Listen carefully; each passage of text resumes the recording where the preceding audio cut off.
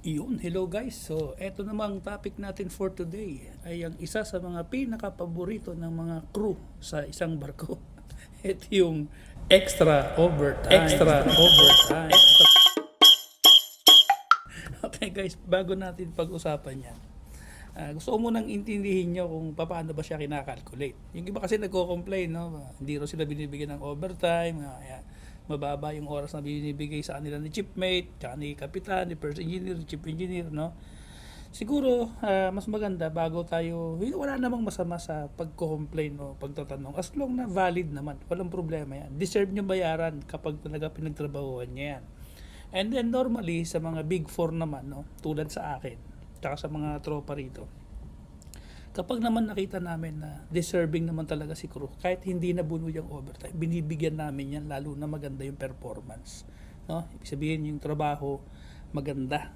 Kasi ako sa akin, to be honest, mas atin lang to, mas project based kasi ako magpatrabaho, hindi ko hinahabol yung oras yan. Kaso nga lang, may mga time talaga na hindi maiiwasan na magtrabaho beyond sa normal working hours ang isang crew, especially tulad halimbawa may mga special operation tulad ng bunkering, provision, storing, and so, emergency mooring, maraming pwedeng maging dahilan.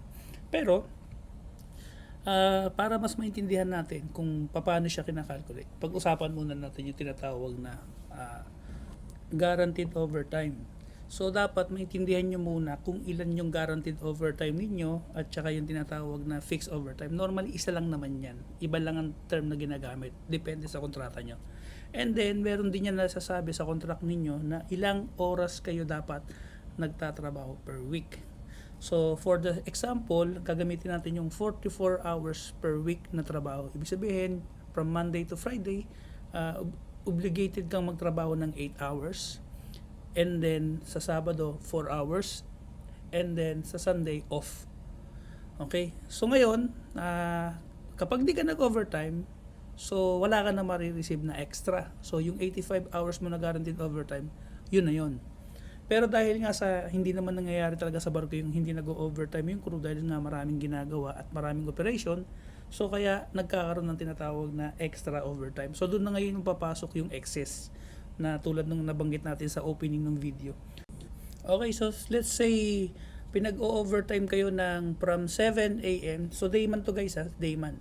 7 a.m. hanggang 6 p.m. ang working hours nyo. So 2 hours yan per day. So 10 hours per day during Monday to Friday. And then kapag Saturday naman, pinagtatrabaho kayo let's say from 8 o'clock to 5 o'clock. And then kapag Sunday, half day. So sabihin natin pinag-drill kayo. So working hours yung drill, no?